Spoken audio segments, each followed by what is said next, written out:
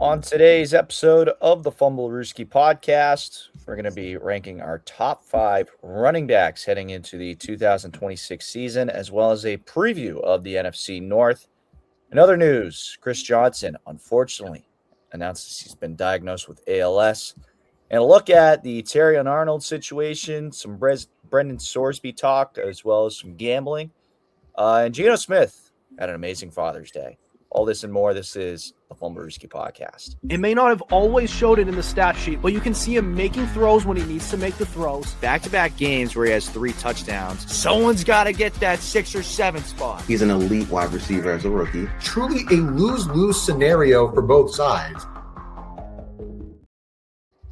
Welcome to the Fumblerooski podcast, powered by Secret Weapon Consulting. We got CJ, we got Tuck, we got myself, Chris, for today. What a weekend. What a great weekend in general. Wrapping up the group play of FIFA World Cup. Not a ton going on in NFL news other than things that were brought up at the Open there. It's going to be a bit of a TMZ type of day, unfortunately, in the NFL world. But in other news, great day to be a Boston fan. The Sox with the 4-game sweep of the Yankees. God bless America. Also, happy 4th of July to all of our American brethrens and sisterins. Definitely a happy 4th of July to the British across the pond. That half the country's probably over here right now because of the World Cup, anyways. So they'll be, what a great time. The British are in town for the 4th of July. I didn't even think about that. How about that? How was you guys' weekend in general? It's been all right. It's been good. Can't complain. Same thing, CJ? Yeah, that's fine. USA still in the World Cup. God bless. God bless America. Mm-hmm. Gonna be watching that Bosnia game with a lot of intent on Wednesday, that's for sure. We better win. I think they will. Bosnia's pretty solid themselves, but the way that America's been rolling, golly. What time is our game? I think that's at like 7 or 8 o'clock. I think it's at 8 o'clock and coverage starts at 7. Okay, sounds like we're in prime time. We better not chill. Oh, we're in prime time, all right, baby. Come on now. Mm-hmm. Yeah. Let's do this. Currently got the Brazil-Japan game up on my computer right now. Brazil just got a sick-ass header to get the equalizer. Japan's giving them a smell right now. But definitely the highlight of my weekend. Oh, shit. Sorry, I forgot to turn off the AC before getting it going. But definitely the highlight was Sox getting that 4-game sweep against the Yankees. Outside of them being straight dick, and half the roster's pretty much a AAA roster right now. But, hey, God bless the Sox.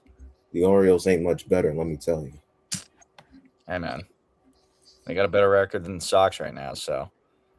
And we're not completely out of the AFC North or out of the playoff race. The AFC North. What? AL East. The American League in general is just a fucking shit show, and somehow both the Sox and the Orioles are 5 games out of a wild card spot? Somehow. Whatever. Yeah. I have no faith in my team right now, but we can turn it around. Yeah. Don't know how, but we can. We somehow got to win over the Dodgers. Figure out a way. All right, I'm going to stop before I get really too deep and it turns into a baseball podcast. But Fair enough. let's get into the breaking news of the day, of the week, really. This was a bit of a shocker to not necessarily wake up to, but Chris Johnson went on Good Morning America with Michael Strahan, which still feels weird that Michael Strahan's a co-host for Good Morning America of all things, but good for him. Announced that he was diagnosed with ALS. This diagnosis came from last year when he started losing strength in one of his hands. Pretty sure it was this girl that was next to him was talking about how thought it was just a pinched nerve and was more or less thinking that it was from his playing days and that it could be fixed. Well, turned out it was ALS. And gone to the point where he's already not able to speak anymore, unfortunately, and he had to basically use his eyes to look at a screen to be able to say what he wanted to say. So, ALS is a scary thing. Shit, maybe this turns into another summer where everyone does the ALS ice bucket challenge, but yeah, unfortunate situation for uh, one of the best running backs of the 2010s. Someone that we enjoyed watching in our childhood, and shit sucks. This is one of those diseases that you're just like, fuck, this is terrible. This sucks. Mm. Any thoughts? Man, this sucks. This is very unfortunate. I thought CJ2K, Mr. 2000 himself. This one came as a surprise. I just recently, like an hour ago, heard about this, and I was shocked seeing him in that state talking to Michael Strahan, and it just, that seems so heartbreaking. A family man, a husband, a father with kids. Someone that had no issues off the field either. No, he's fine. I wouldn't say the healthiest, but he was in good condition. He was working out every day. You would think nothing of it, but then this all of a sudden started to happen, and he got diagnosed, and it's like, and then with ALS, he has the form where it happens randomly with no genetic trait of it, which 90% of them have, and that's a scary thing. A disease that is not genetically passed just randomly shows up, and that you have, and there's nothing you can do about it, and that's a scary thing. Yeah, I wish him the best. I wish him well. Hopefully, through this, we can get more eyes on this and get more development to hopefully deal with ALS better in the future. But man, very unfortunate and very, very sad. CJ? Yeah, ALS has got to be up there among the scariest diseases you could hope to get, or not. You know what I mean? Mm-hmm. When I say I don't mean like that. The problem with ALS, and Tuck touched on this, is that it's completely idiopathic, which for those who don't know just means that it's not contagious. It doesn't get passed down. It just appears. There's no known cause for it. It just pops up, kind of like how brain aneurysms work. You're not predisposed for them. They just appear. And that's really the perfect thing. It's like, one day you could be fine, and the next day your entire life gets turned completely upside down 6 times over. And it's just, it's just really, I guess the trite word is sad, but that's really the only way to describe it, Like you mentioned, good dude, like really no off the field problems, seemed to be a nice enough guy, like 40 years old as well. Like he's only 40, still has his whole life ahead of him. And, his play on the field aside, which was obviously, very good, running for 2,000 yards in a season. It's one of those things that you hear and it just kind of makes you stop and think, like you hear it and you're just like, wow. And I remember, when Chris, you mentioned the ice bucket challenge. I remember that was a thing. I did some digging on what ALS actually was, and that is just so horrifying. How you lose your entire ability to move. He uses that device where he can look with his eyes to make sounds, and it's just, I don't know. I'm not doing the best job of verbalizing this, but it's just horrific, I guess is the only word. And honestly, I would imagine I can speak for all of us, wish him the best. Obviously, nobody really deserves to go through this, and I just hope he can live the best possible life he can while he battles with this. Yeah.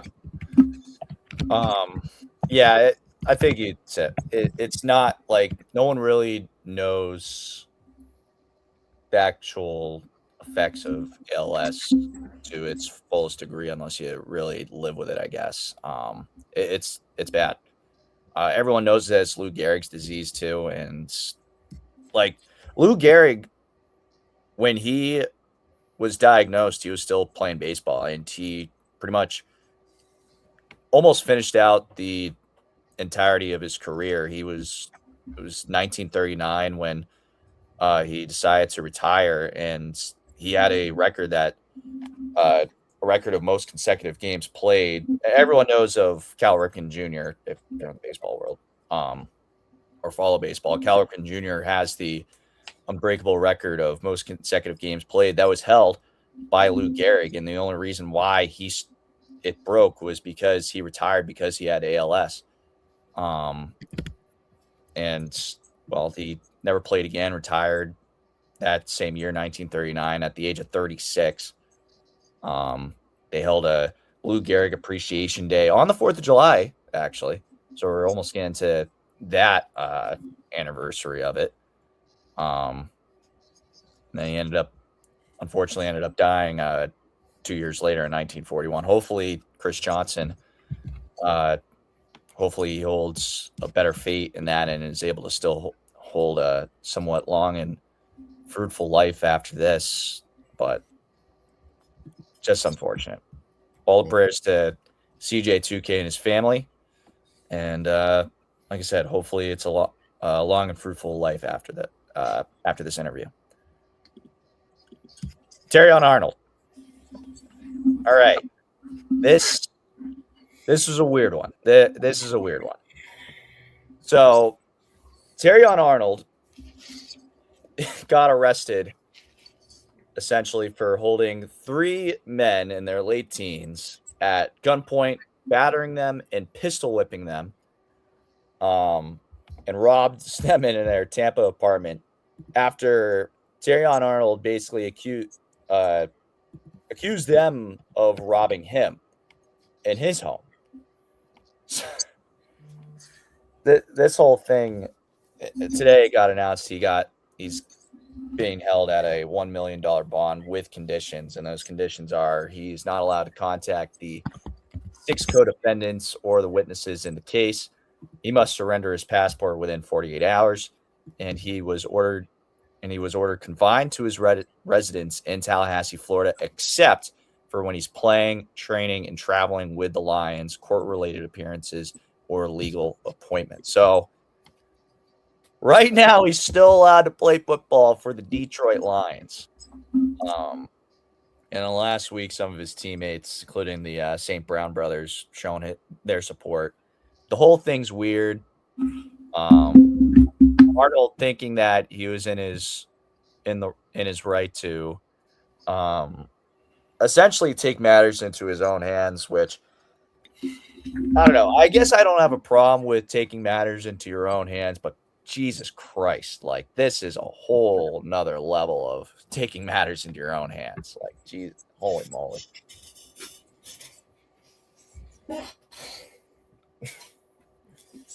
From one bad situation to another bad situation. The only good news is for Terrion Arnold is he made bail, so he's out right now, and he has an ankle monitor, and he can only go to work and home. That's it. So at least he doesn't have to spend the rest of this case in jail. At least he was able to make bail. $1 million, but he's a professional athlete, so he has it. Man, this situation is rough. It's rough for him. It's rough for Detroit. It's rough for the individuals involved in this case. It's just a bad situation that went horribly wrong. I understand the reasonings behind Terrion Arnold doing what he did. I understand he felt justified, but just because someone does wrong doesn't mean you do the wrong. 2 wrongs don't make a right. And unfortunately, he got caught. He was stupid about it, and now he's facing the consequences of his actions. I wish him the best of luck, but it's not looking real good for him right now because his co-defendants are taking pleas. So, yeah, it's not the best look right now. No, not a great look by any means, especially when you consider the fact that all 3 people that he had kidnapped, turns out they had nothing to do with the robbery itself. So, CJ, anything you want to add? I say this every time an athlete gets arrested, and I'll say it again. I'm so done with this. I'm so done with this. Any of us, if we did something like this, we would get held without bond. Oh, and by the way, they tried to hold him without bond, and it got struck down. And he's not even going to wear an ankle monitor because, oh, we can't play football with that on. This is just once again where people who are famous, people who have a lot of name recognition, they're not going to, they just don't get held accountable for literally anything. And it gets to a point, where we have to ask ourselves, like, why? Why is this happening? Is it really just because he's famous? Or what would happen to us if we did, God forbid, something like that? And it's not even, look, like you said, Chris, it's not even that he took matters into his own hands, that vigilantism. It's not even that. It's that he literally attacked the wrong people that did not rob him to begin with. And he's facing, are you ready? 8 felony counts. He could literally spend the rest of his life in prison. But it seems like whenever something like this happens, they just say, oh, no, it's fine. And there's going to be no punishment, because that's the problem. Like, it seems like unless you kill someone, and even then, that's iffy, there's no consequences, like, at all. And look, let me just say what I'm about to say is that this is just speculation. I am not passing off what I'm about to say as pure fact. So NFL, you cannot sue me because I'm telling you right now, this is purely speculation.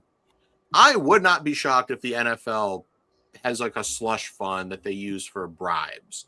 Because don't you think it's interesting how many celebrities, athletes, whatever, do all this horrible shit and then magically the charges are dropped or the witness like retracts their statement? Like, I just think that's a little weird, isn't it? Yeah, it makes me wonder. I'm not saying they are. I'm just saying I am personally wondering if the NFL, whenever something like this happens, they write a check and everything goes away. I wish they took, I wish they took this as seriously as they took gambling, but, it's, well, it's funny you say that, considering we're going to be talking about Brendan Sorsby, and we'll get there. We'll get there. The fact that he's still allowed to practice is weird. And you know what? I think we have to side-eye the Detroit Lions.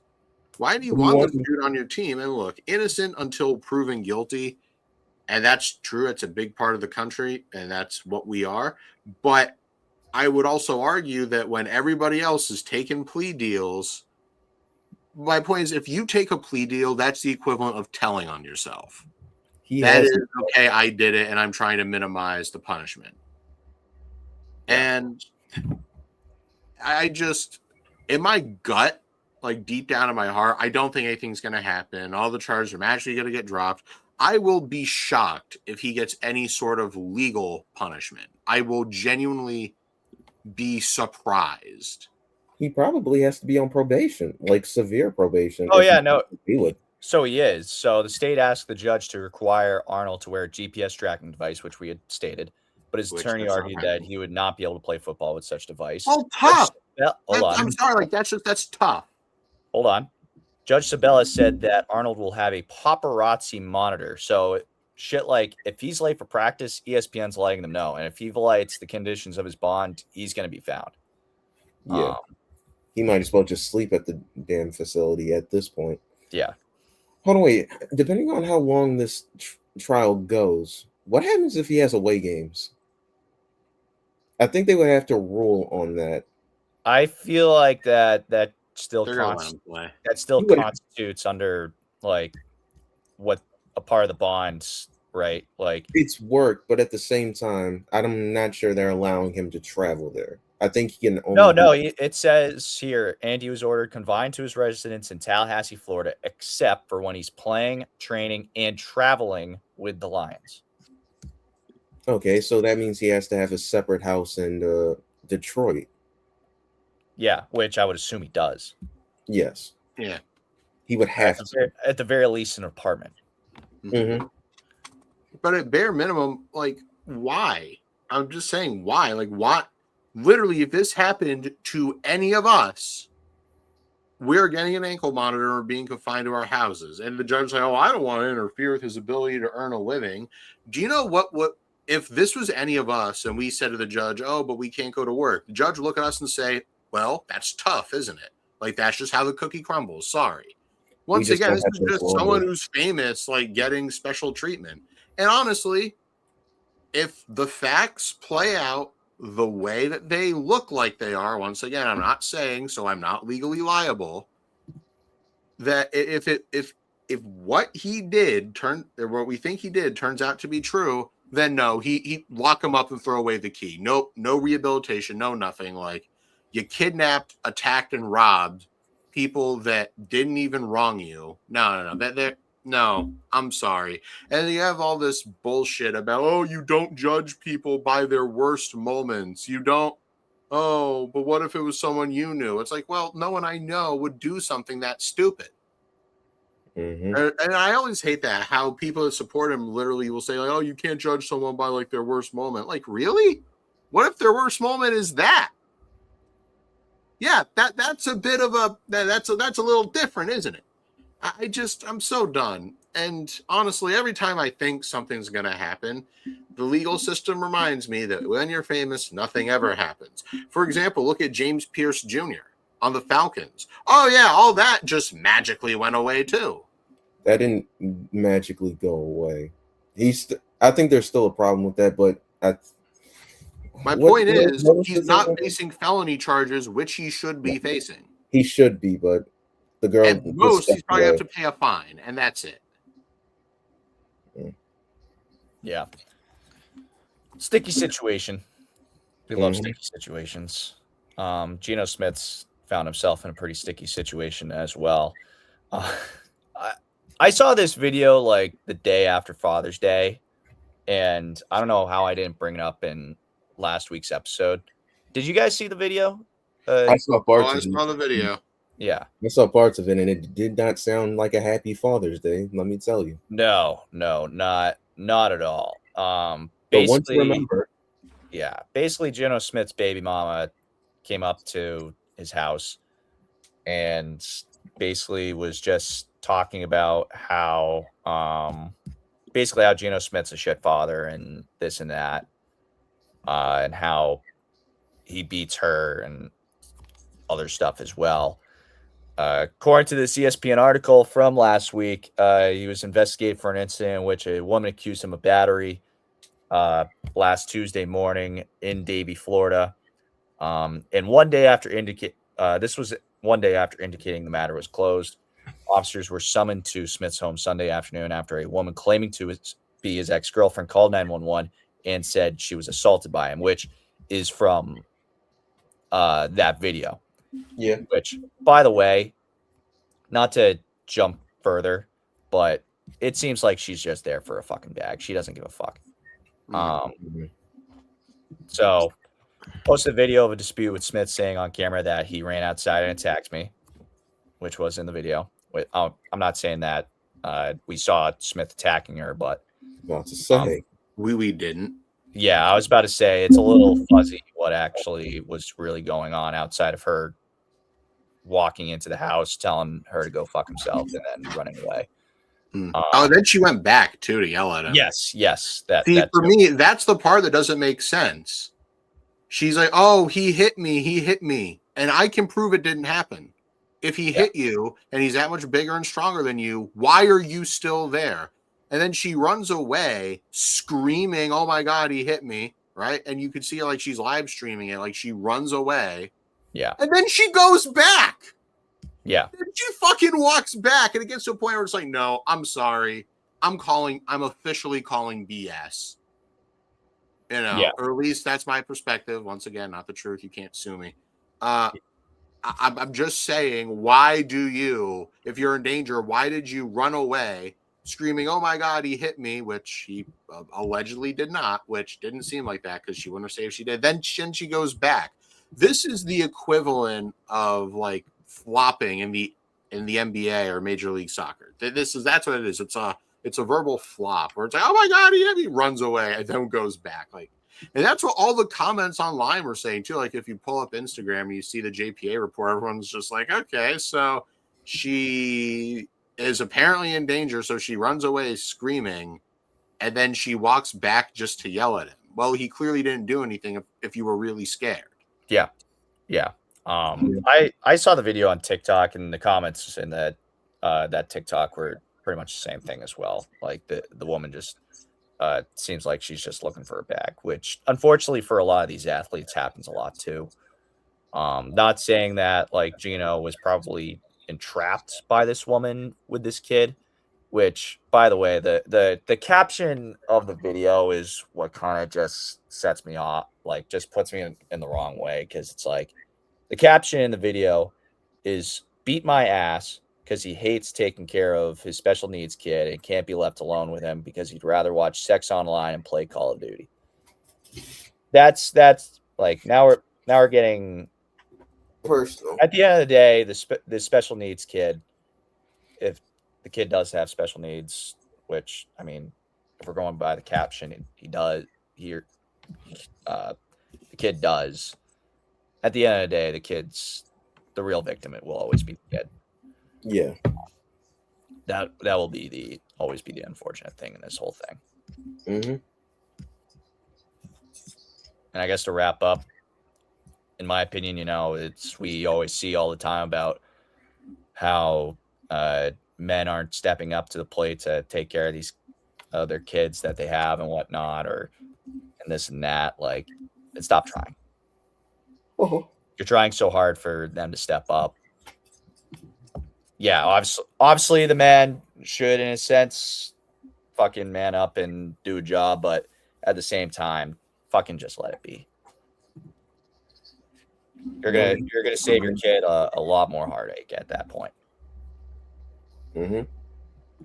But then again, I've never had a kid, so I wouldn't know.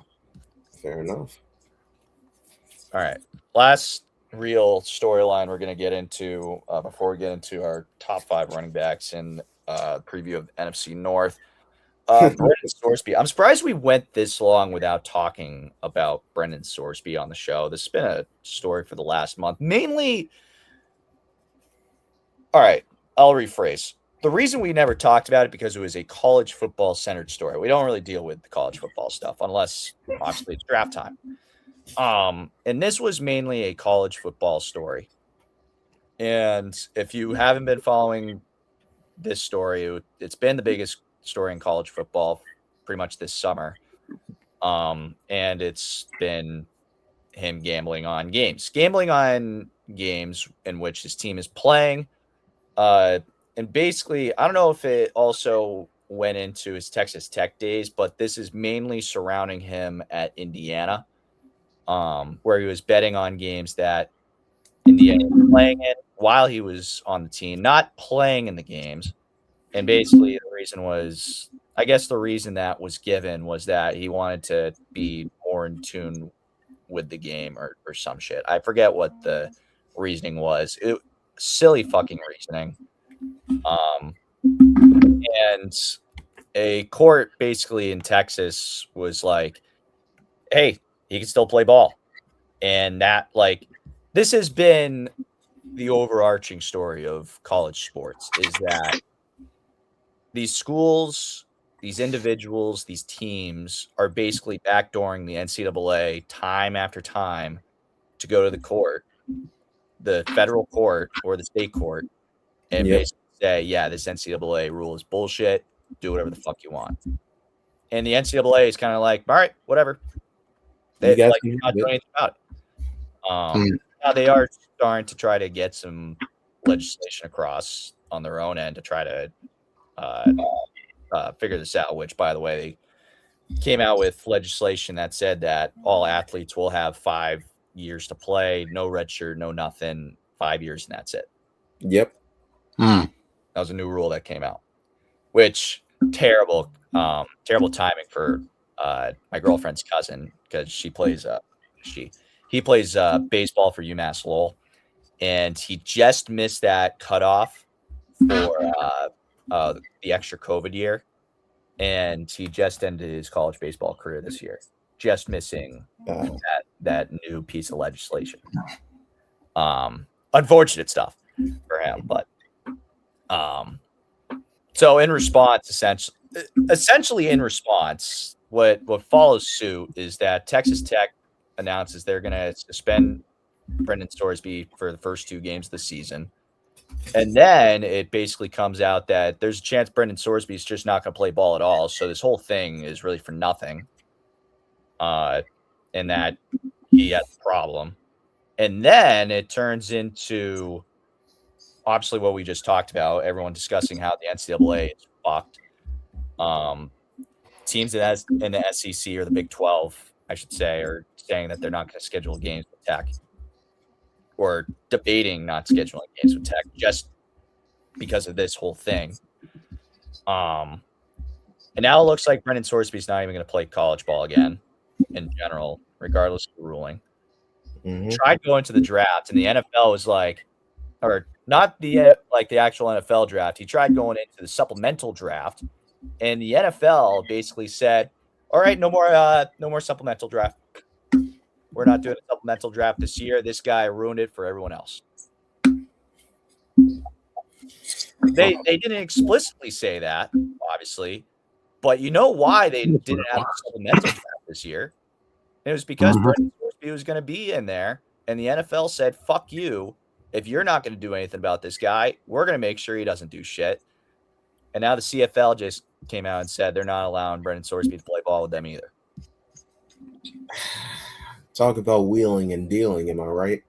You're telling me, man. Golly. This is so unfortunate. First off, that he was allowed to get away with it while he was in college.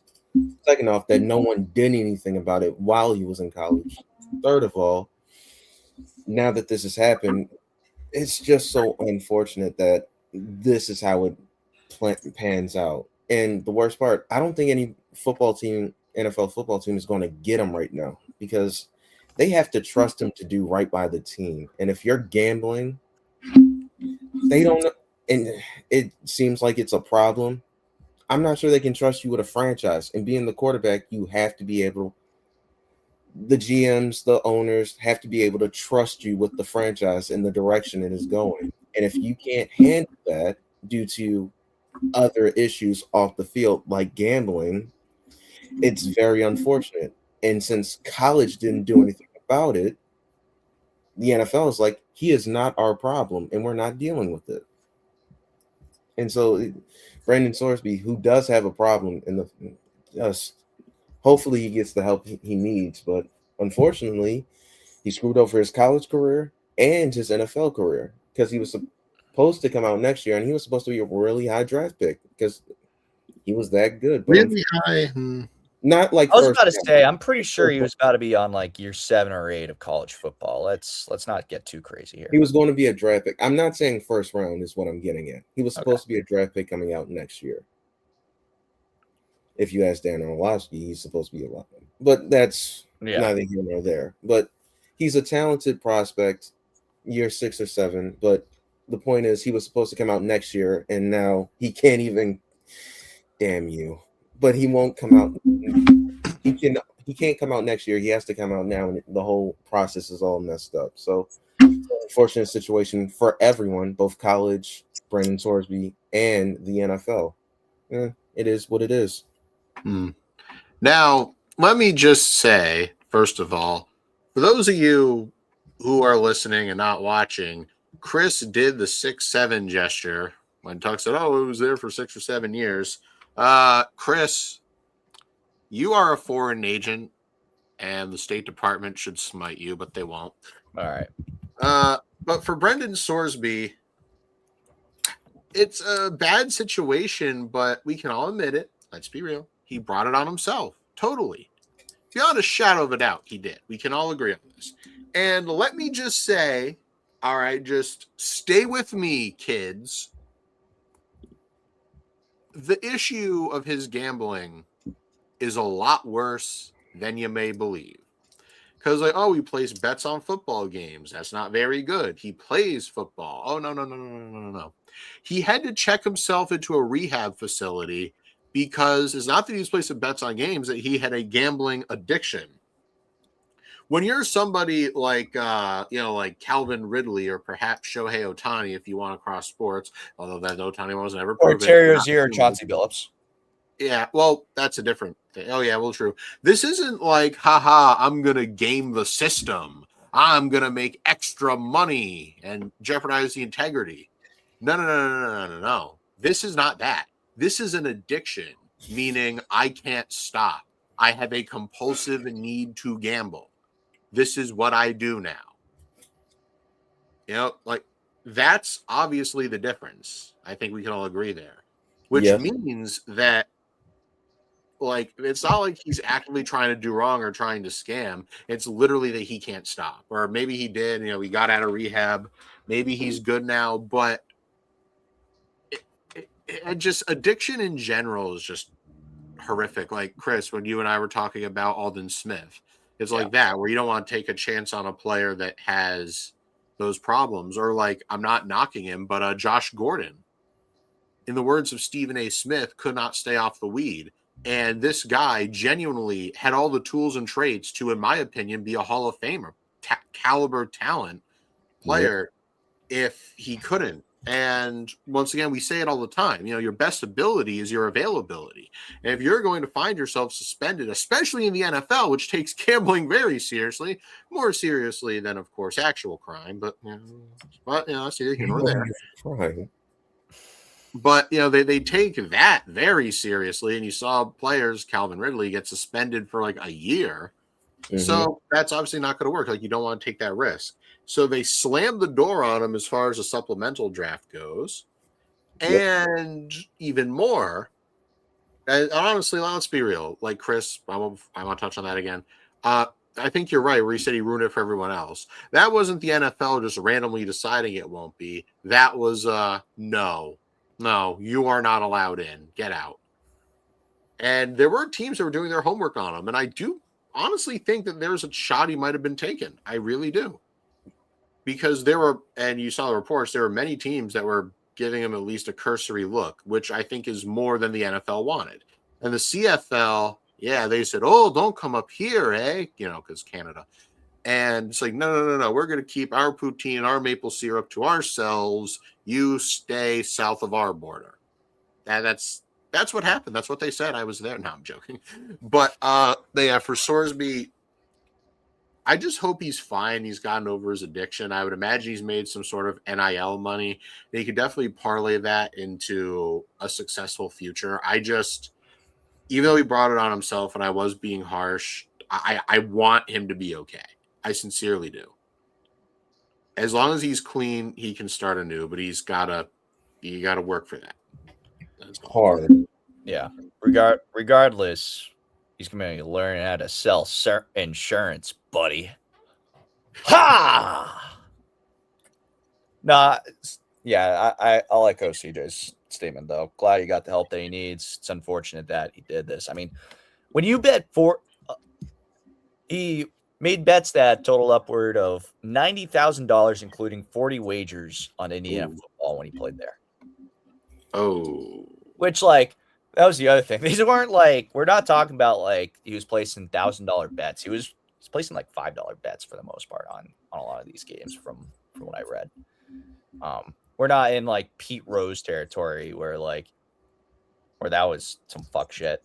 But, and the other thing too, like, yeah, good on like the NFL and all that for putting their foot down and saying fuck off, but at the same time, like, you're also a league that promotes gambling. So yeah, all the professional leagues are hypocrites like that. 100%.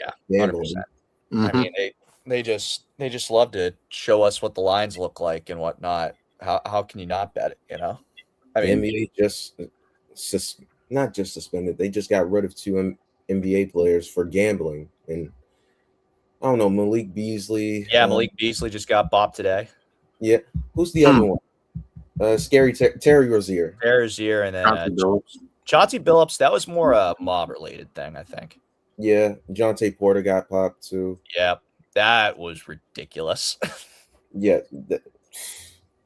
And then the MLB, there's gambling there, and yet for some, they'll promote it, but they still won't put Pete Rose in the Hall of Fame. Just Yeah, it is what it is. Hot take: Pete Rose should be in the Hall of Fame. Argue with your mother. It's I not a mean, the hot MLB take, Hall the of league Fame just has a lot of disagrees. things wrong with them right now in general. So Yeah, I'd but say you'll let steroids in, but not gambling. And by the way, I would understand it because I did a deep dive on the whole Pete Rose thing.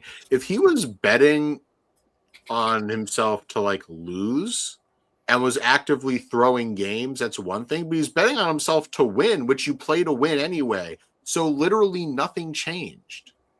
they'll argue he didn't bet all the time, which would then say, why didn't he bet today? Why didn't he bet yesterday? So on and so forth, which creates. Well, he can't prove it. Well, if he's not making money on it, then he's not jeopardizing the integrity of the game. So why didn't he bet today? yeah, Well, he would have no incentive to throw it off then. Yeah, I was That's about to say, terrible. I'm pretty sure when Pete Rose was managing the Reds at that point, they were a pretty shit team when all that was going down. So I don't think him betting them to win or lose was going to help them anyways. But yeah, I mean, MLB Hall of Fame has a lot of fucking issues going on with them in general. Let's let some steroids in, but these guys, since these guys really got a lot of numbers, we're not going to let them in. I love David Ortiz, but he was doing the roids when he had 50. And people were saying Nomar Garcia Parra. I mean, he's not a Hall of Famer, but he was low key on roids. I mean, granted, everyone in the late 90s and early 2000s was on roids at that point, but Yeah. all right. Anything else about Brendan Sorsby gambling, steroids, or anything other TMZ news related bullshit? Nope. Not on No, the not really. Yeah, funny we're talking about Terrion Arnold, considering we're going to be talking about the Lions today because of the NFC North. But we're going to take a quick break. When we come back, we'll get into the NFC North preview and our top 5 running backs heading into the 2026 season. It may not have always showed it in the stat sheet, but you can see him making throws when he needs to make the throws. Back-to-back games where he has 3 touchdowns. Someone's got to get that 6 or 7 spot. He's an elite wide receiver as a rookie. Truly a lose-lose scenario for both sides. All right, top 5 running backs heading into the 2026 season. Oh Lord. That's What are you doing? going to be. I'm going back and forth with one or two on my mind, just because the position is so weird. Yeah. Yeah, this is another position where it's just an absolute crapshoot. And especially all the time in running backs, you'll have some rando pop off for 1,000 yards and then fade right back into obscurity. Peyton Hillis is the obvious one when we think about it. But might I introduce you to other people like Jordan Howard or Jay Ajayi, for example? Among And others. Justin Forsett, unfortunately. Rico Dowdle was kind of a weird one this year. Yeah. No, because he was productive in Dallas last year. They just let him go. I mean, in the case that he was splitting time, and he wasn't really the main back until he went off when Chuba Hubbard went down. Fair enough. I see your point. This it's weird because as a rookie, you can clearly see they can be a top 5 running back, and you can put them there. Like as a rookie, Saquon was a top 5 running back easily, Yeah. Mhm. and that's the struggle. You could clearly see like a rookie being a top 5 running back, depending on the team they go to and how well they can, like how productive they can be. Yeah. Like right now, before we even get into the top 5, not putting Ashton Genty into my top 5, but like that was another guy that a lot of people were saying he's already a top 5 running back, even though he was going to the Raiders. And he could end up being a top 5 running back this next year with the improvements they've made to the O-line. Oh, absolutely. With Also, Ty- Amari and Hampton on the Chargers. If he plays a full 16 games, I'm expecting him to be like an 1,100-yard rusher. Yes. I'm not sure that's enough to make him a top 5 because there will be several people At minimum. Yeah. At minimum. Yeah. Top 10 minimum. But with a healthy line, I'm just saying. Yeah. Top 5 running backs. Who wants to go first? Damn it. What? No, because there's like so many in. All right. Number 5 for me would be Devon Achane. I do not expect Miami to be great this year. So that means the superstars are going to be getting heavy touches. And I expect Devon Achane, the only superstar they have, to get 350 plus touches. And then probably like 400 plus overall touches, both running and receiving. I expect him to have somewhere between 1,300 to 1,400 yards. I expect 8 or 9 touchdowns, and I expect him to be a force, just not a good force because they have nothing else surrounding him. I'm not sure how good Malik Willis will look under this offense. I'm not sure how the Dolphins will look under Patley, and quite frankly, I don't believe in anything they have on the offensive side of the ball right now. But we'll see. I could be wrong, but right now I have Devon Achane at number 5. You got I'm sorry. Keep going with your list. Sorry, force habit. Number 4, unfortunately, I do believe he'll take a step back, but he'll still be a force to be reckoned with. Derrick Henry. I just can't, because of age, I can't put him over the other 3, but he's still very productive. 1,495 yards last year. He's still a tank, even with a horrible right guard and a okay O-line. He still managed to be productive and help the Ravens almost make the playoffs, despite how bad we played last year. Derrick Henry is still a force, and I believe he'll be productive. I just think it's another year of tread, wear and tear, and Father Time is undefeated, so he might take a step back, but it's still Derrick Henry, so he still might have close to 2,000 yards. Number 3, Bijan Robinson. He is heavily dependent on how good the Atlanta Falcons is. I think he by himself will have at least 1,500 yards. But again, that quarterback situation is not helping him. Because I don't know if it's going to be Penix or Tua, because both of them are like the same caliber quarterback to me. So I think it's going to be do or die with Bijan Robinson doing most of the load in the run game, hopefully clearing it up for the passing game, and that's going to be that. Number two, I think Saquon will be number 2. I think the line will be much better. I think he will have a bounce back season after the season he had last year. I think Saquon I wouldn't say he has a lot to prove, because he's already proven it time and time again how good of a running back he is. He's a Super Bowl champion. But last year wasn't his best season for obvious reasons, and I think he'll want to prove that he's still the number 1 running back. And then number 1 is Jahmyr Gibbs.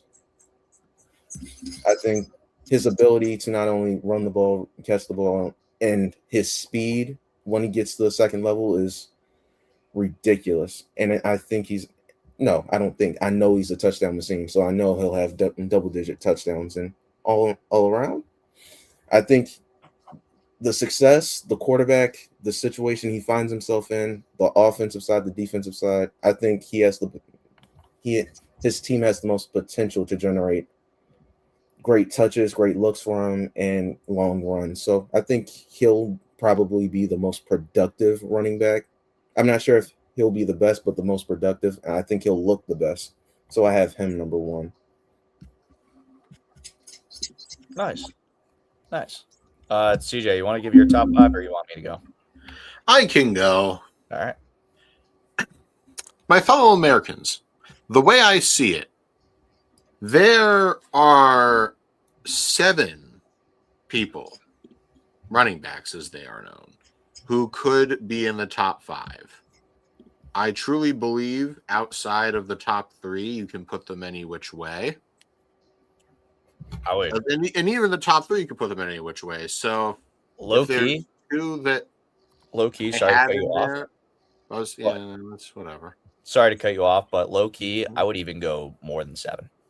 Well, 7 just like off the dome. Yeah. I'm sure there's more you could argue for, but right now, there's like the big 7. So Yeah. if there are 2 specifically that did not make it that you think should, well, then that's just going to be what that is, isn't it? So my number 5, give me Jonathan Taylor of the Colts. Absolute tank. Indy's got a good offensive line. He's got the receiving upside. And he's going to get his touches while Anthony take a playoff Richardson is QB or Riley Leonard. So, like I said, it's going to be like at the end of last year where he's going to get his touches. They're just going to use him as a battering ram. And he can take over games, which is why I say Shane Steichen, work your magic. Make Jonathan Taylor a fantasy beast again. Like last year, amen. My number 4 is Saquon Barkley of the Philadelphia Eagles. Good news, Eagles fans. You're free from the hell known as Kevin Patullo. And also, by the way, a lot of people don't realize this because the Eagles just didn't pass the eye test, but Barkley himself was a 1,000-yard rusher last season as well. So let's not hate on the guy here. Once again, good offensive line. The offense should be better. I believe in Saquon Barkley. My number 3, this is a bit of a risk, I'll admit, is Christian McCaffrey of the 49ers. Chat, knock on wood, but it looks like he's staying healthy. He's the premier, actually, I would say maybe the second dual threat back. Second premier, but he was the premier dual threat back for a long time. I want to see him stay completely healthy in back-to-back seasons. I do. But outside of that, I really like the projection here. He can hit the hole. He can, he can be fast with it. He can pause, I guess, if you are so inclined. And he's an elite receiving threat. It's just the health. My number 2, Bijan. He's going to get his touches regardless. And whether you have Penix or Tua chucking balls to Pitts in London, I don't care. Bijan's going to get his touches. Falcons' offensive line, that's a scary unit right there. And Bijan is just going to run all over the place. The past 2 seasons have been tremendous for him, and I really want to see where he goes. Bijan is another one I believe in. And my number 1 is Jahmyr Gibbs. He was always top 5, but now I know people are like, oh my God, the Lions broke up Sonic and Knuckles, which for those of you who don't know is the nickname for Jahmyr Gibbs and David Montgomery. Mm-hmm. But now that David Montgomery's gone, Gibbs doesn't have a handcuff anymore. He doesn't really have a guy that's going to, to eat into his carry share. And when you consider Jahmyr Gibbs' receiving upside, which that dude is nasty out of the backfield, kind of like CMC, he has to be number 1. And I said towards this time last year, because I think I put Jahmyr Gibbs at 4 or 5 to start last season. And I said the only reason he's not like my number 2, because I was very high on him. I said my number 2 or 1 was because he had that handcuff in David Montgomery. Well, David Montgomery is now a Houston Texan. Jahmyr Gibbs, you're number 1. Nice. Funny thing is, I still don't think David Montgomery was a handcuff because of how productive Jahmyr Gibbs was. Well, as someone who owned David Montgomery in fantasy, I could tell you he was eating quite well. And for what it's worth, the other 2 that I left off are Devon Achane and Derrick Henry. Achane, I wanted to sneak him in. I just think that that defenses are going to commit like all 11 guys on the field to stopping him. Yeah, they're going to have to find ways to win without him, and they can't. Like, he'll have his plays, but defenses are going to figure out fast when you erase Achane, you erase the Dolphins' offense. and also their line is horrendous. And Derrick Henry, Tuck, it's like you said, just the age thing. I want to, yeah. I still think he'll be top 5, but I'm just concerned about the age is all. Also, his complete lack of receiving upside also hurt He him. can catch the ball. It's just No, he can't. That's not his strongest suit. Oh, I most certainly agree. Good list. Fine list. Yours. Let's Yeah, I was kind of kicking myself over my top 5 because there's just so many good running backs. I mean, yes. Really, when I look at my top 5 running backs, I'm looking at the top 10 rushers from this past year, and there's just so many good names on here. Like, it's just so hard to be like, this is my top 5, right? But in terms of my top 5, I'm also gonna go Derrick Henry as number 5. I think that he'll still be able to crack 1,400 yards. I don't know if he'll get 16 rushing touchdowns. Maybe he does, just because maybe they'll just stick with the run-heavy scheme with Lamar and Derrick. But we'll just see how that plays, because at the end of the day, he's still a dominant motherfucker. Sticking with dominant motherfuckers, Jonathan Taylor's going to be my number 4. 1,500 rushing yards, 18 touchdowns. This dude was the entire offense and only one fumble throughout the year as well. Not much else to it. My number 3, man, my number 3 is going to be Christian McCaffrey. I already fucked up this list, to be honest. I'm going to redo it because. Oh my god! I already fucked it up on the fly. No, Christian McCaffrey at number 3. No. I'm bumping Derrick Henry to 6 for me. And what are we doing? I'm bumping him to 6. I shouldn't have said age. I'm bumping him to 6. Derek, please rush for 2,000 yards this year. Please watch him run. Yeah, he's gonna be a 2,000-yard rusher again already. I'm already seeing. I could see that. He got 1,400 on a bad line. He can get 2,000. Oh my! Please, with your list, Chris. Come on. All right. If Derrick Henry's 6, who's 5? I'm gonna go CMC as my 5 instead.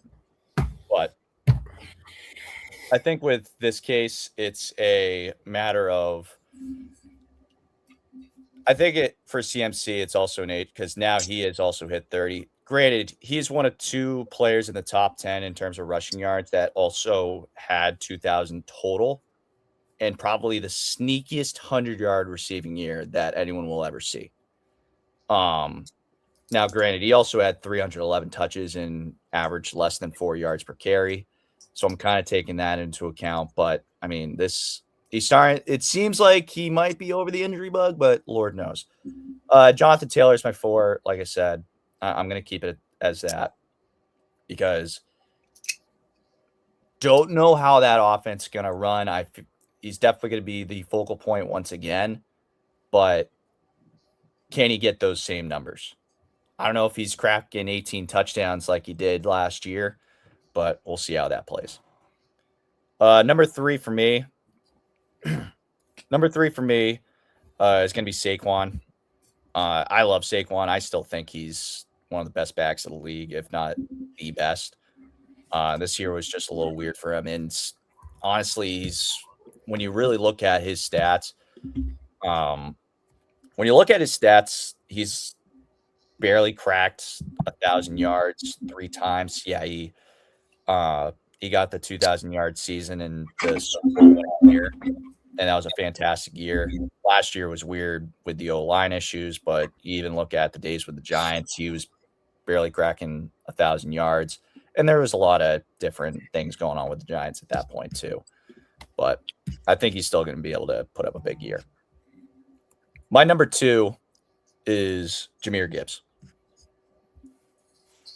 And the only reason why I'm putting him to number 2 is because my number 1 is Bijan Robinson. This dude is a human highlight reel.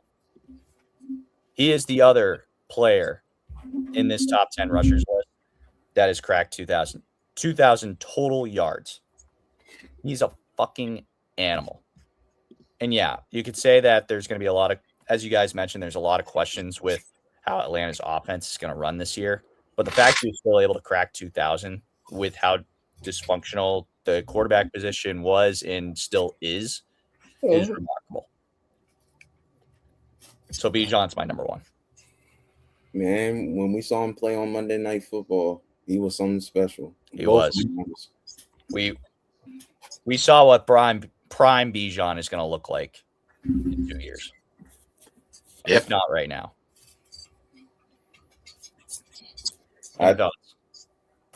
Honestly, I don't have a problem with any of our lists outside of Derrick Henry being 6, but outside of me making a quick audible, that's fine.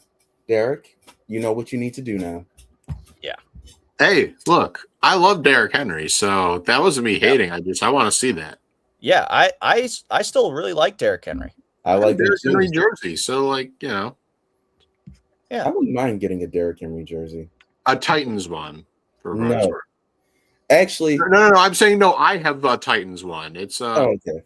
No, I'm just saying I have that because I've had it since before you went to the Ravens. So you can't be mad at me. Got it my freshman year in college. Low key, if it was a Houston Oilers Titans jersey, I might be interested. That is the only one. Yeah. All right. Time for our NFC North preview. Starting from the bottom to the top. Detroit Lions going from first to worst, but considering how the NFC North was last year, really the last couple of years, it's really not that surprising.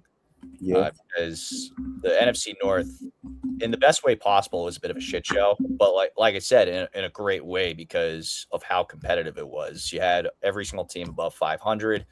It was a race to the finish line for that last wildcard spot and the division for that matter, in which the Bears won. The Lions and the Vikings just happened to be on the south side of that. But looking at the Lions, this was a team that was filled with injuries once again. Team that, when this was a team when they won, they fucking beat the living shit out of those teams. But when they lost, more often than not, they were losing by one score. And there were some weird losses in there too. They lost by 14 against Green Bay opening weekend, lost by 3 to Minnesota. They also lost by 13 to Kansas City. They lost a tight one against Philly, a low-scoring tight game against Philly. Lost again to Green Bay on Thanksgiving. But the real kicker was that they lost 3 of their last 4 to end the season, ultimately eliminating themselves from the playoffs. And that was especially this game against Pittsburgh, that a game they really should have won, where they lost 29-24, and then they lost by 13 to Minnesota. This was, for what the Lions had been the 2 years prior, this was the most underwhelming version of the Lions that we could have seen. Mm-hmm. And seeing how there's really no change in how the NFC North is going to look this coming season, well, things may be looking like the same thing again, to be fair. But who knows? I think the biggest thing with the Lions this year is if their defense can stay healthy again, which that's been a problem, as we have noted. Bottom half of the league in points against. Their offense continues to hum, but as we mentioned too, Jahmyr Gibbs probably going to be able to go crazy with no David Montgomery, and he's going to be the bell cow back. Mm-hmm. I think Detroit, they are a playoff caliber team. They just had a bad year overall. I think Jared Goff is a quality enough quarterback, almost to the point he's underrated for how good he is. Amon-Ra St. Brown is a top 5 wide receiver. Jameson Williams is a threat no matter where he is, whether in the slot or out wide. Jahmyr Gibbs is special. Their O-line got better through the draft. And their defense might have taken a step back or a step forward, depending on how you feel about Terrion Arnold. So I think it was just a bunch of injuries and bad luck last year. I think they'll come back stronger this year, and hopefully they'll be in contention to make the playoffs again. TJ? So the Lions. Honestly, the NFC North as a whole is a division where like all the teams were good. The Lions, the issue with them was just last year was injuries. Their entire team was just buried in a mass grave. Nobody could stay healthy, especially in the defensive backfield or the offensive line. They didn't exactly have the most cap space in free agency, but they did grab the center Cade Mays to a multi-year deal. They got running back Isaiah Pacheco and edge rusher DJ Wanham, both on one-year deals, which I think are fine. Got Greg Dortch, the wideout, on a one-year deal. Corner Roger McCreary on a one-year deal. So these are a lot of quick fixes, but a lot of their work was done through the draft. Like in the first round, they took the Clemson offensive tackle Blake Miller. You got Derek Moore, the edge rusher from Michigan, a Michigan off-ball linebacker, and Jimmy Rolder, and also a steal in the fifth round, Arizona State corner Keith Abney II. Mm-hmm. And then I wasn't crazy about their last three picks. Kentucky wideout Kendrick Law, Texas Tech defensive tackle Skylar Gill Howard, and Tennessee defensive tackle Tyree West. Those picks, I mean, Skylar Gill Howard, you can kind of sell me on, but Law and West I wasn't really crazy about. But as a whole, I would say that the Lions improved.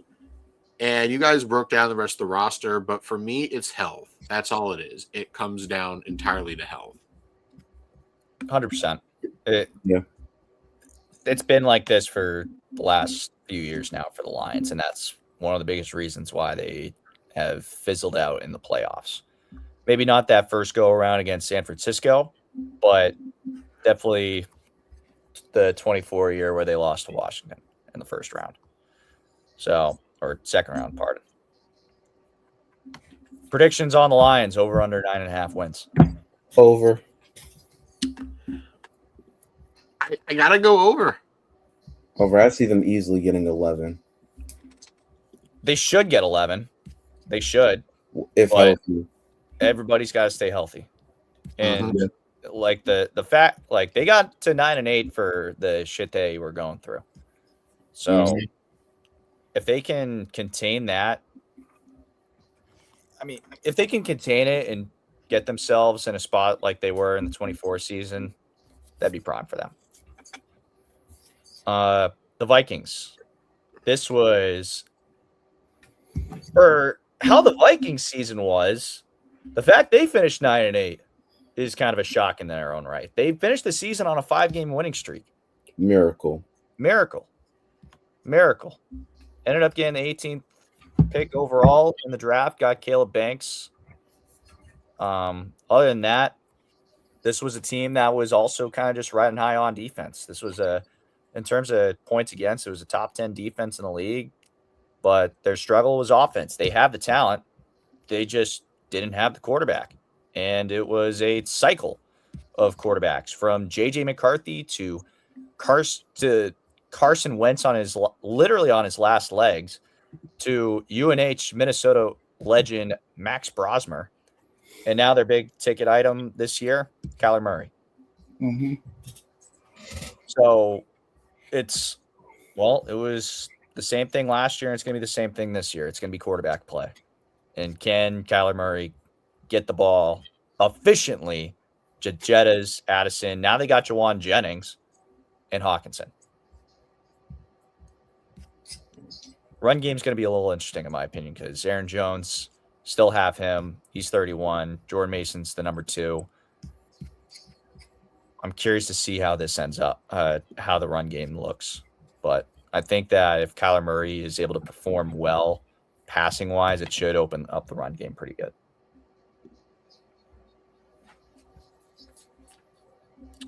Well, I guess it's me now. Yeah, you start. That's cool. Thank you. So, J.J. McCarthy will not be starting. And I think that's probably an extra win for the Vikings. The thing with JJ McCarthy is the few 9 truthers, as they call him, the few 9 truthers that are left will say, "Oh, but he led them to, 9-8 record." He didn't lead them. He there. stumbled. Yeah. That's like saying Trent Dilfer led the 2000 Ravens to the Super Bowl. That's like saying Rex Grossman led the, what was it, 07 Bears to the Super Bowl? 06, 07. Don't do it, Chris. Anyway, but yeah, so that's that equivalent. Or if you want, or I could double down more to put in NBA terms. That's like saying Deion Waiters led the Big 3 Heat to the finals, or Draymond Green led the Dynasty Warriors to the finals. Like JJ McCarthy had nothing to do with it. And you know how I know? He shattered the illusion that Justin Jefferson is quarterback proof. A lot of people, myself included, kind of viewed Jefferson in the same lens as DeAndre Hopkins, where no matter who's throwing him the ball, he's going to get his. Nope. JJ McCarthy said, "Hold my 9 beers." He still got a thousand Kyler yards. Murray, a guy that has actual explosive potential. Vikings, you genuinely might be back in business. And the free agent class outside of Murray was pretty solid too. You got James Pierre getting a 2-year deal at corner. You got a 1-year prove-it deal for Jawan Jennings, who will be your wide receiver 3, but he's a great upgrade from Jalen Naylor, I would say. And you got a good punter in Johnny Hecker as well. So overall, it was solid, but the draft, Miami. I mean, not Miami, MM. Because also I was looking at a player draft guy from Miami. Those say Minnesota. Huh? Who are you looking for? Jacoby Thomas. That's what yeah. But so I would say this: Minnesota, come here. I don't like that draft. Caleb Banks in the first round at pick 18. If he can stay healthy, it could be. Well, it doesn't matter. He was not a need. That was a luxury pick. Why not go with the kid safety from Oregon there, Dylan Thieneman? He was right there, and you didn't do that. Shame. Condemn you to hell. Then they double dipped at DT, getting Dominique Orange in the 3rd round out of Iowa State. They picked up linebacker from Cincinnati, Jake Golday, in round 2, which is a pick that I like. Also, they had 2 other picks in round 3. Northwestern offensive tackle Caleb Tiernan and Miami safety Jacoby Thomas, which are both picks that I think are fine. They had tight end fullback hybrid from Michigan, Max Bredesen, in the 5th round. I'm not sure I would have drafted him. They got Charles Demmings, the corner from Stephen F. Austin, who's actually sneakily underrated. And then they got Demond Claiborne from Wake Forest and Gavin Gearhart from Cincinnati, a running back and a center, respectively. This was not one of my favorite drafts. I really liked the Golday Tiernan as a steal, but the rest, especially Banks in the 1st round, wasn't crazy about it. As a whole, though, I think the Vikings at worst stayed the same, but at best got better, especially the quarterback position, going from Kyler Murray going to Kyler Murray from JJ McCarthy's going to help a lot. Yeah, I agree. It'll at least be fun to watch. I still think Justin Jefferson is quarterback proof because he still got 1,000 yards. He still got it, He barely got 1,000 yards and he had 2 touchdowns. Quarterback proof. Think of look at the conditions he was working under. I don't think even DeAndre Hopkins hasn't had quarterback play as bad as this. And he's had some stunners in Houston. Oh, yeah, Tom Savage? Tom Savage. Oh, we're going to say Tom Savage wasn't as bad as this. Savage. He wasn't. He was not as bad as 9. I mean, Tuck, we're talking about a guy like Jettas who literally put up Stephon Diggs numbers. Yes. And look at the quarterback play. He didn't have Drake May as a quarterback. If he had Drake May, he might have had 2,000 yards. Oh, yeah. If he had that's a whole different story, but still. I mean, he had 3 or 4 different quarterbacks and still tried to produce to what he was given. Yeah. The quarterback play. This isn't the time nor the place for this. I think Minnesota got better by putting JJ McCarthy as the number 2 quarterback. Kyler, if you lose to him in this quarterback battle and you look worse than JJ McCarthy, pack it up. You need to go. Not just leave Minnesota, leave the NFL. This is ridiculous. Because if you lose to JJ McCarthy, 9, we don't need to talk about anything else. Unless somehow, some way, JJ McCarthy becomes Tom Brady. That shouldn't happen. Yeah. Over under 9.5 wins. Under.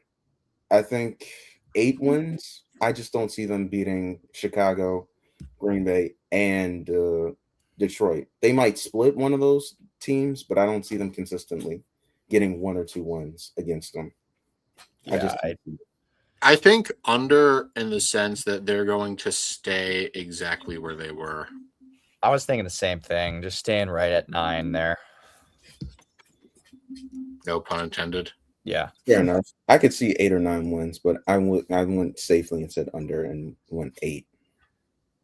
Yeah. All right. Moving on to the Green Bay Packers. Finished second in the NFC North. I might have to Sorry? I might have to leave. It's 3:44. You can go now if you need. Alrighty. Finally, Green Bay Packers. I think the Micah Parsons injury is going to impact their defense. That wide receiving core looks a bit suspect. I need more from Christian Watson based upon the deal he just got. I need a little bit more from him, but he can't stay healthy, and I need more from Jordan Love. You were up 18, and you still couldn't get the job done with what you had. I blame the coaching, but you don't escape either, and that's unfortunate.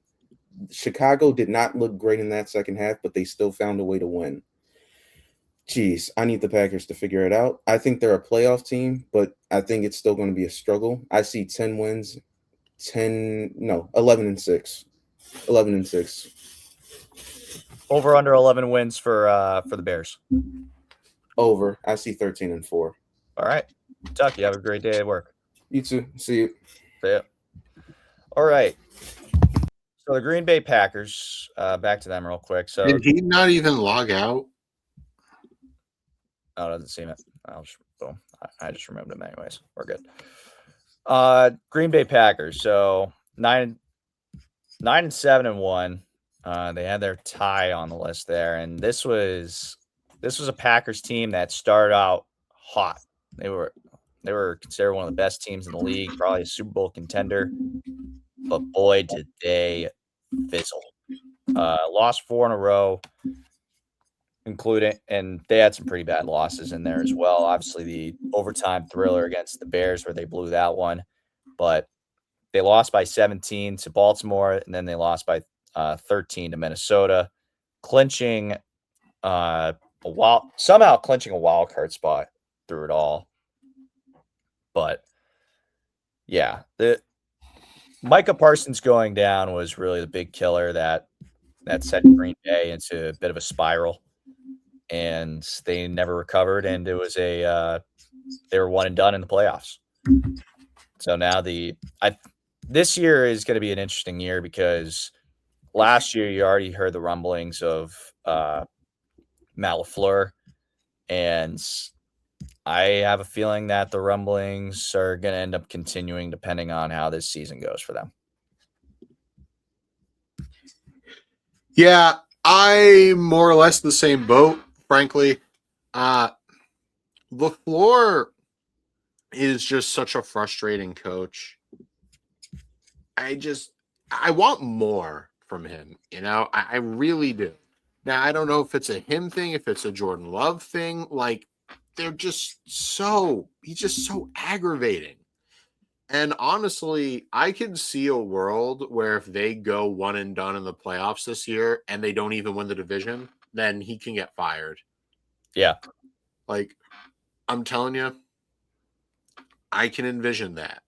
Like I said, it would have to be that scenario where they're runner up in the division, right? They don't win. And on top of that, they go one and done, then I think he's out. And And I'm not saying they're going to miss the playoffs, but should they miss the playoffs, no ifs, ands, or buts, he's out. And as for the receiver core, like Tuck said, I want to see more. Christian Watson literally didn't even match the statistics of Romeo Dobbs. You know, they were like 1A and 1B over there. And they paid Watson more, despite the fact you could argue Dobbs was the better receiver. And also, first-round pick Matthew Golden. Hey, you want to contribute more? Don't just wait for the playoffs to get your first touchdown. I think you should do that. I really think you should, offense, we'll say. And Parsons, I feel like he should be fine, especially coming back. I mean, this is still a really good defense. Yeah, the defense is good, and it's going to get better. They added Nate Hobbs, the corner, and defensive tackle Javon Hargrave in free agency. And they got Tyrod Taylor to be a backup quarterback. So I will take that, and if you're a Packers fan, you'll take that all the time. Weirdly enough, they brought in corner Benjamin St-Juste, which that might have made your DB room worse. He's not very good. But outside of that, they didn't really, spend a lot of money. In the draft, though, even though they didn't have a first-round pick, I liked this draft class. They got Brandon Cisse, I think it is, from South Carolina. Chris McClellan, defensive tackle from Missouri. Honestly, that wasn't a pick that I loved. But the rest, Dennis Sutton from Penn State, Jaeger Burton from Kentucky, Domani Jackson from Alabama, and kicker Trey Smack from Florida. Those are some good picks. And honestly, how can you not love a kicker whose name is literally Trey Smack? We got some great kicker names now. We have a laundry list of kicker names in the league right now. It's great. So, yeah, I think the Packers should be fine, but I don't know how good they're going to be again. The vibes just seem kind of off in Green Bay. That's the only way I see fit to describe it. What was their over-under? 9.5. For Green Bay? Yeah. They went 9-7-1. Oh, yeah. I think over. I think they'll probably get like 10 or 11. Yeah, I'd say they get 11 wins as well. I think I want Matt Lafleur to not be such a conservative play caller because, the games that they lost, especially those games. Leads. Huh? I said they were all blown leads. Yeah, especially the two games against the Bears, all of them blown leads. Like, I know Tuck said that you could place some of the blame on Jordan Love, but we had this argument when they lost that wild card game against the Bears. Like, for what was going on, Jordan Love also drove them down the field 3 times in 3 drives to end in the last minutes of regulation, or in that fourth quarter, really, and put them in positions to succeed, and defense failed. Obviously, we'll talk about the Bears as well, the cardiac Bears. That'll be interesting. But I think also over 9.5 as well. I think they can crack 11 wins.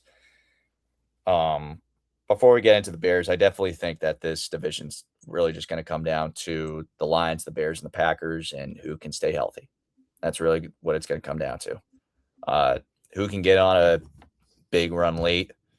And yeah, should be another fun year of the NFC North. But looking at the Bears, the winners of said NFC North, at a 11-6 record, making it to the divisional round where they lost in overtime against the Rams, which surprising in that because they had a lot of momentum going into overtime in that game, but cards just weren't falling in place. And, well, the expectations have risen a little bit more since Caleb Williams is on the cover of this year's Madden. So everyone's already thinking about the curse, this and that. So I guess the question is, can Caleb Williams get over the curse? Well, I want to start out by saying that the Bears as a whole actually got better this offseason. Please. They extended offensive lineman Braxton Jones, but they also grabbed offensive lineman Jedrick Wills, linebacker Devin Bush, and safety Kobe Bryant, as well as Khalif Raymond at wide receiver and Cam Lewis at DB. But the draft, this was a good draft. You got Dylan Thieneman, the safety from Oregon, who the Vikings should have taken, but they were able to snipe him. Logan Jones, the center from Iowa. Sam Roosh, the tight end from Stanford, a bit of a reach, but I don't hate him as a prospect. Xavion Thomas, LSU wide receiver. A solid steal in the 4th round with Texas corner Malik Muhammad. Arizona State linebacker Keyshawn Elliott, and Georgia Tech defensive tackle Jordan Vandenberg. But I also like about the Bears, they're undrafted free agents like Louisville quarterback Miller Moss, Wyoming guard Caden Barnett, and wide receiver Squirrel White as well. So as a whole, I think they got better. But there's just something about the Bears. Everyone's like, oh, they're the cardiac Bears, baby. No lead's too big. You never count them out. I'm sorry. That's not an effective way to win games. It's just not.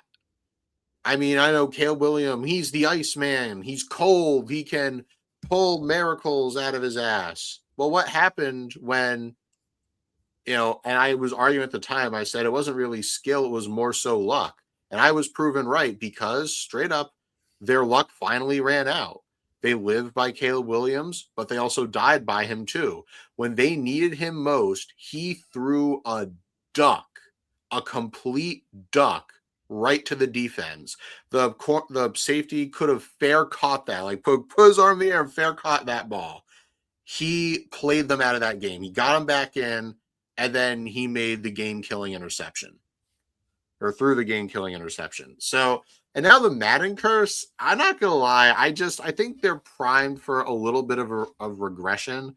Because once again, they're the cardiac Bears, but the problem is all wins are not created equal. Comebacks are nice, but when every game is a down-to-the-wire nail-biter, that's just not sustainable. It's cool that you can come back and play a good second half of football, but a football game's 4 quarters. So what happens when you find a lead that's too big to come back from? Where, what if, say you're down like 5 scores at halftime? It's unlikely, but still, can you still do that? Or what happens when, like I said, like your luck runs out, and when Caleb Williams, when you need him most, just threw a duck? I mean, make no mistake, he cost them that game. And I know DJ Moore, kind of quit on that route. But if you watch the way DJ Moore was running, if he was running full speed, he was still not getting to that ball. That was a horrific throw. That was a team that got used to their comebacks and realized, oh, yeah, wait, no, these aren't organic. They don't just happen. Like, you have to actually not rely on nonsense. And like I said, I just want to see more. Because Caleb Williams is a very strange quarterback because I'm not going to lie. He looks good playing football, He is why we have the eye test. But the problem is the eye test versus what he actually is are very different, which is why I'm not crazy about the eye test. I mean, for some positions, it's different. For example, cornerback, where the eye test will tell you more than the stats ever can, for guys like Sauce Gardner, Christian Gonzalez, etc. But Caleb's stats were not that great. They just weren't. He's not a 4,000-yard passer. They didn't have as many touchdowns. Okay, cool. Almost. Like, what does that do, Chris? I'm just saying that there's a very real chance that he cracks the 4,000. No, there's a real chance. But like I said, his stats were, I'm going to say it, pedestrian. 3,900 yards, 27 touchdowns, 7 picks. So it looks like he's good at, not throwing interceptions, which is fine. But and also a 58.1% completion percentage. That's actually bad. That's like really bad. Yeah. So the thing is, once again, I've said it once, I'll say it again. The gap, and I would actually argue there's a sizable gap in fact, between the eye test versus like what he actually is, you know? Because like I said, he aces the eye test, but the quarterback he actually is does not quite live up to that. I still think he's very good, and I still think the team got better, but I don't know. Part of me really unironically feels like I won't say the Madden curse is real, but it has affected a lot of players. So overall, I think the Bears are still going to be good. Then I still think they're going to have their fluky nonsense here and there. But I don't, like Tuck said, 13 wins. I don't know if I see 13 or 14 wins. Yeah. I don't see 13, 14. I think they'll probably stick out 11. 11 or 12, yeah. Yeah, because there's your over under. I'm picking the under and sticking at 11. But I think with Caleb Williams, this year was kind of just more of like we're getting this guy progress to what he should be. And yeah, like I said, the numbers don't live up to it. He did ended up with more touchdowns, more yards. He did have the one more pick. But as you mentioned, that completion percentage was down. 58% isn't going to win you a lot of ball games. I do think he's going to be the first Bear to crack 4,000 yards in their franchise history, which is incredible to even say. I don't think he'll be affected by this Madden curse because this side of the decade, the Madden curse has been shit. It hasn't existed really outside of Christian McCaffrey. If you want to say Saquon Barkley as well, then fine. He still had over. Well, it's not even the players themselves; it's also the team too. Who cares? I guess history does, dipshit. I guess, but like it's still only mainly on the player themselves because when we're talking Madden curse, it's only the individual, and the individual, more times than not, some fuck shit happens. They get hurt, or you have an Antonio Brown situation where he's just a complete head case. All of these things, the Madden curse, if you're equating the Madden curse to a team losing in the playoffs, then that's not a curse. Proof? Huh? Proof? What do you mean proof? Well, you made a claim. It's like, no, it's not because I say it's not. That's how you sound. Well, if the individual still has a fantastic year, then it's not a curse. Like plenty of guys. Like, is it okay? Okay. So you're telling me is it a curse that the Patriots haven't won since 2018? Like, is it a curse that? Well, they haven't been on the cover, so you're comparing apples and bowling balls. Is it a curse that Tom Brady didn't win a Super Bowl the same year he was on the cover with Patrick Mahomes? Like, Patrick Mahomes still won a Super Bowl when he was on the cover of 20. Okay, once again, that's the exception, not the rule. I'm just saying. So, but your argument seems to be that, Saquon, even though having a good year, the Eagles falling to shit doesn't fall under the definition of curse, which I don't know. I'm just saying, like, I see the Madden curse as an individual because, like, if it was I guess if we're gonna go back to say like, let's see. I'm just trying to remember what years. There's Super Bowl winners right now. If we're talking about like years where teams don't win the Super Bowl, then like Tom Brady in Madden 18, Gronk in Madden 17, they still went to the Super Bowl. Richard Sherman was the cover of Madden 15. They lost, yeah, but they still went to the Super Bowl. Like, I think that I just think that the Madden curse equates more to individuals than it does to the team. Like, yeah, obviously the individuals themselves getting injured also does end up equating to team success. Like, you can make that correlation, but in my opinion, it just goes more to the individual itself. All right, fair. I mean, that's your opinion. I mean, I'm just saying, like, teams have also struggled as well. I mean, and to be fair, it has been less powerful too, but I don't know. It's just something that you notice is all.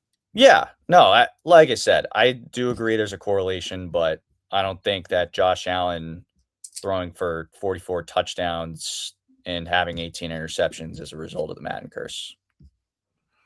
No, but his playoff performances sure are. Sure. All right. Anyways, I don't think that Caleb Williams will be affected greatly by the Madden curse. And if the Bears don't make the Super Bowl or win a playoff game or win the Super Bowl, it's just that they're the Bears and it has nothing to do with the Madden curse. Now, I do think that this is a team that's going to probably stick at 11 wins, and it's going to be another year where it's pretty much going to be up to if Caleb Williams can be up to the test. And I also don't think that not that they'll be as lucky as they were last year, but I think that we're now in the I think that we're now in the state of where we are with the Bears year 3 with year 2 with Ben Johnson, where they're going to be able to play a full 60 minutes for most of these weeks. All right. Who do you have winning the division? Call me crazy, but my gut instinct is actually the Lions. Yeah. That was. Do you want to expand on that or? No, I feel like last year was a weird fluky injury year, and if they stay healthy, then I think top down they're arguably the best team. At least they have the most high end talent. Yeah, I can agree with that. I think that I'm probably going to lean Lions, but part of me thinks that the Bears may go back to back this year. Not against it. Yeah. All right. That is our preview of the NFC North. That's all the scheduled content that we have for you today as well. Anything else on the list that you have in mind? No, not really. Cool. I guess to wrap up with other general NFL headlines, Bill's not honoring O.J. Simpson at their new stadium. Good move. You mentioned Caleb Williams' attempt to trademark the Iceman moniker. I didn't. That was denied. And yeah. Well, I kind of get why they didn't let that trademark go through because that name has been used before him. Yeah. UFC fighter. What's his name? Wasn't that who he was battling with? I don't know. It's possible. Not to mention, there's literally an album by I think it's Drake called Iceman. I didn't listen to it. I just know it wasn't very good. Plus, there's literally a Marvel superhero named Iceman. So, yeah, he's one of the X-Men. Oh. It's in the movies. Okay. So, I'm just saying, it's been a thing long before Caleb Williams. So, I don't know. Trademarks are kind of weird. Well, I don't think a superhero name has ever affected someone. No, I mean, I'm just saying, you can't trademark that name, though, is the thing. That's all. I didn't say you can't use it. I'm just saying, you can't trademark it. Yeah. Like Shaq can't trademark Superman because that's literally, a guy already or a fictional guy. But still. Dwight Howard, but...